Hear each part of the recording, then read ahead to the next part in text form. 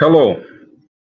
The Divine Code reading for December 13th, pages 377 and 378. We are in the chapter Details and Examples of the Prohibition of Murder. Topic number 3. What is the difference between one who murders directly and one who murders indirectly? A direct murder is liable for the action of murder and is therefore a concept of a murderer after murder exists. What is this? It occurs when the first attacker delivers a lethal blow to a person, and the injured victim is in the process of dying. The second attacker then delivers another lethal blow to the victim before he dies from the first blow. Both attackers are considered murderers, and both are liable to be punished for this in the court of law, as explained below in topic 15. So we're currently in topic 3, and it's going to explain more. So this is going to be a long chapter with a lot of details. Okay, so you got 3 people here: the victim, and you have 2 attackers. The first attacker injures the person in a critical manner, in a lethal manner, but the person is still alive, because people don't die right away most of the time. Even when they say they die right away, they don't. There's usually an in-between time in most cases. So the second attacker then comes along and also delivers a lethal blow. In this case, both attackers are considered the murderers, but there's still details to this.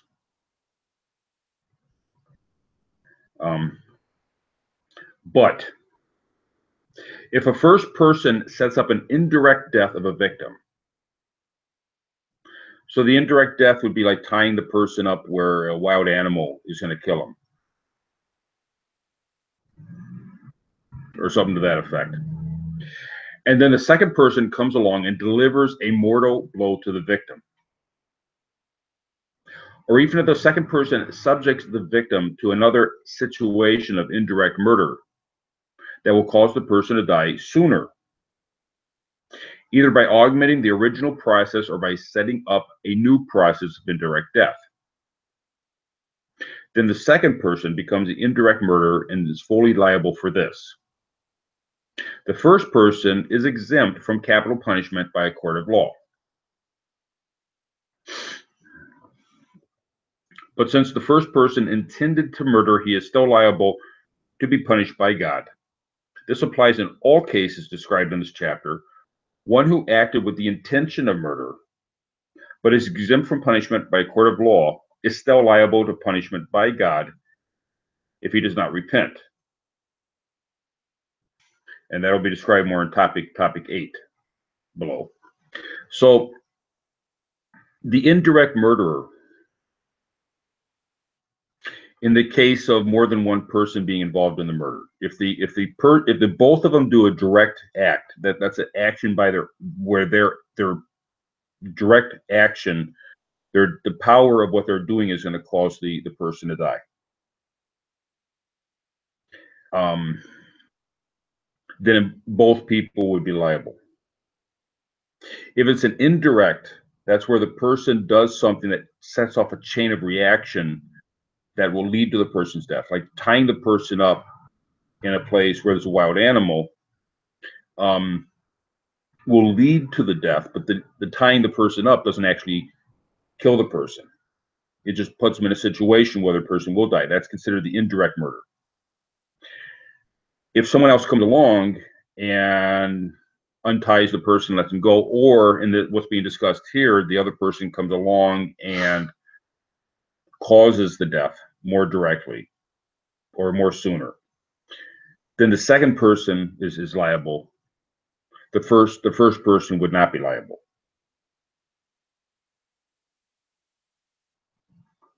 In a court of law. However, the first person would still be liable because the intentions of the person is judged by God. Therefore, the intention of the person, if no one died, then there's nothing to be judged by a court of law, unless there's injury involved or something. But if there's no harm done, then it's not judged by a court of law, it's judged by the heavenly court. The heavenly court is where the intentions of the person is judged.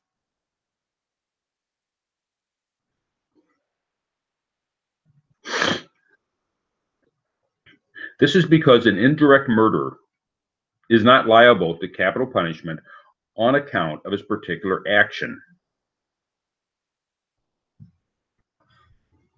but rather for the nature of the outcome that happens on account of his action. So the indirect murderer, the person that ties up someone in a place where there's an animal that's going to kill him, that's going to kill the victim, he's not judged for tying the person up. There's no, I mean, you could argue there's a law against tying the person up, but what he's judged for is the resulting death of the person. So if a person dies, then he's judged for that. But only if he dies as a result of the tying the person up. And in this situation, the action of the first person is not the deliberate cause of the actual death of the victim at the time when it happened. So when the person does die from being tied up, they're not the rope tying up the person is not what kills the person. It's the wild animal that winds up killing the person. And that's the indirect aspect of it. This is based on the explanation of the previous topic. The liability of the Gentile to execution by a court of law for indirect murder is limited to his being the one who is deliberately responsible for causing the victim's death.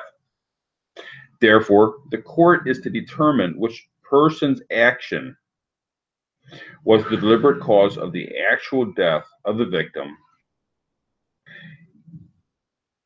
and only the one who committed that action is liable by Torah law. As explained in topic 1.8, the court can decide to punish both the one whose deliberate action actually caused the victim's death and the one who provided assistance for the action. So the Torah court will execute the person for, by Torah law, the person that's actually the one that did the murder. Auxiliary people could be judged through the laws of dinim. The courts have the ability to augment the laws as they see fit for the benefiting of society. One example is when the first person tied up a victim in a pit and then opened a source of water into the pit, so the water would eventually rise to a level that would cause the victim to drown. Afterwards, a second person opened up another source of water into the pit, which intended to cause the victim to drown. The second person came with the intention to murder and cause the drowning of the victim to happen sooner. In such a case, only the second person is liable to capital punishment by a court of law, since he is the one who has the deliberate responsibility for the actual death of the victim. The first person is not liable to capital punishment by the court, for although his actions had the ability to eventually cause death, in actuality, they were not deliberate cause of the death at the time when it happened.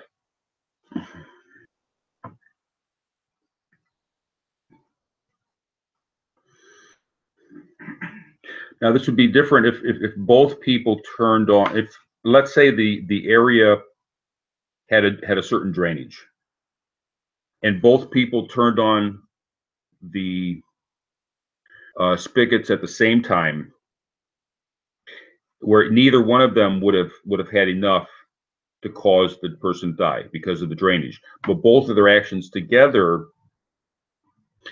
would overcome the drainage and eventually kill the person. Then apparently in that case, according to what we saw in the earlier topic, the person, both of them would be liable. But in the case, in this case, the first person would have, this is still indirect murder in either case. The first person, because it's indirect murder, would eventually have killed the person. The second person came along and actually was responsible for what happened in a Torah court. The second person is responsible for what happened. The first person would be responsible in a heavenly court for his intention, but not in an earthly court.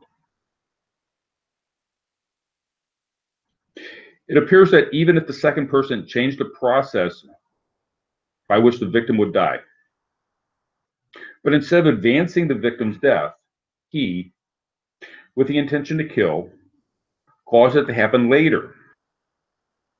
He is still the only one who is liable for capital punishment for the indirect murder. In the above example, if the first person opened up the source of water into the pit, and the water had strong enough flow to surely drown the victim in 1 hour, and the second person came with intention to kill,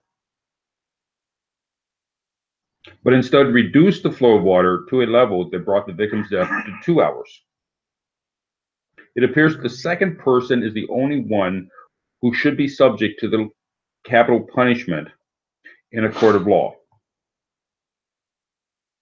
And the term "it appears" would indicate that this would be open to dispute, or it's not totally clear within the Torah. There's no footnotes for this one.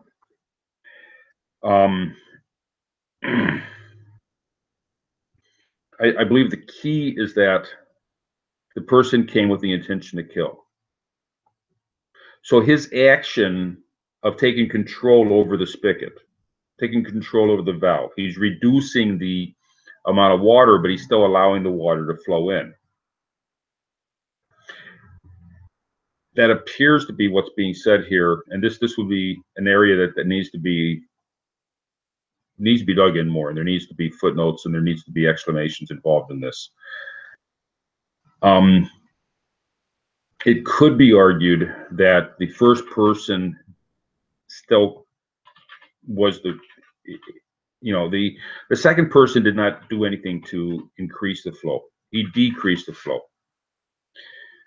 So it's still the action of the first person that's causing the murder, that's causing the water to be flowing into the container that kills the person. But apparently it's because the second person took control of the valve with he still intended to kill the person, but he wanted to do it more slowly.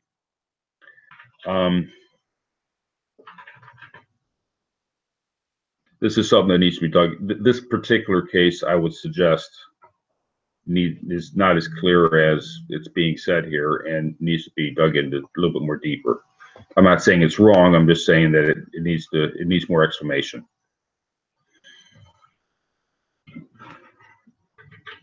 However, if a first person ties up a victim in an enclosure and lights a flame that will reduce the oxygen inside to a level at which the person would die of asphyxiation,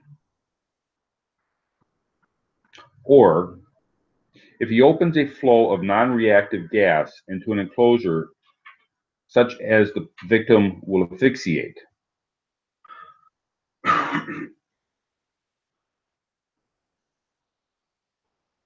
compare Rambam's Laws of Murderers 3:9, stating he placed the person in a house or cave and then filled it with smoke until the victim died,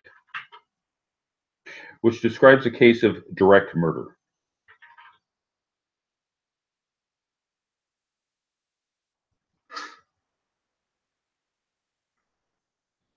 And I'm not clear how that would seem to be the definition of indirect murder. The cases cited here are indirect murder, since it is only the lack of oxygen that kills, and not the flame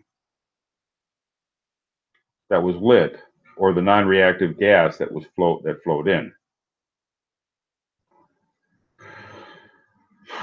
I'm not sure the difference between non-reactive gas, that I assume that's gas without oxygen. How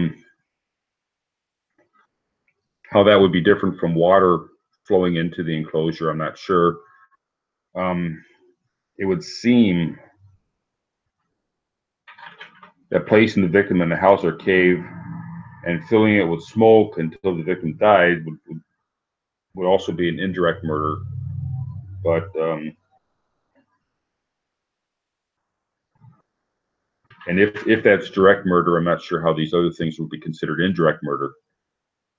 So this entire area needs further explanation.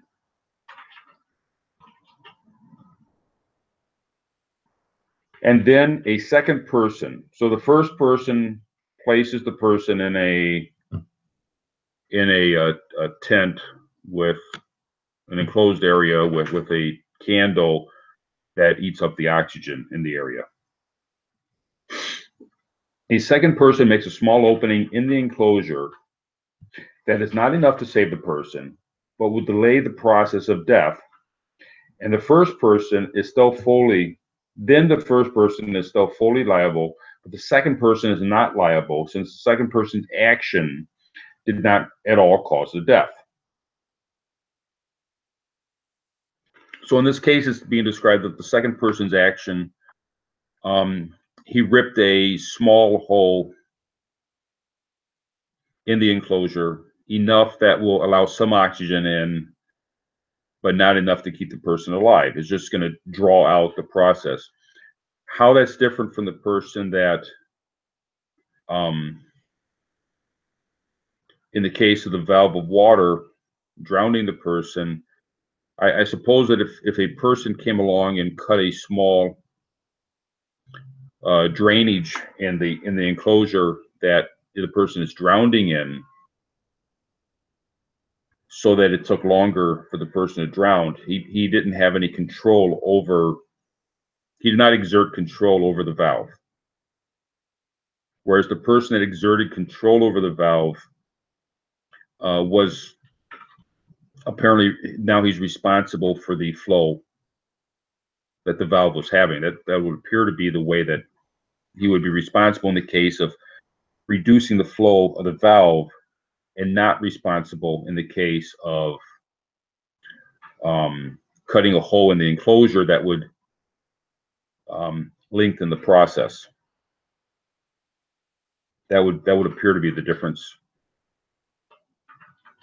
in this.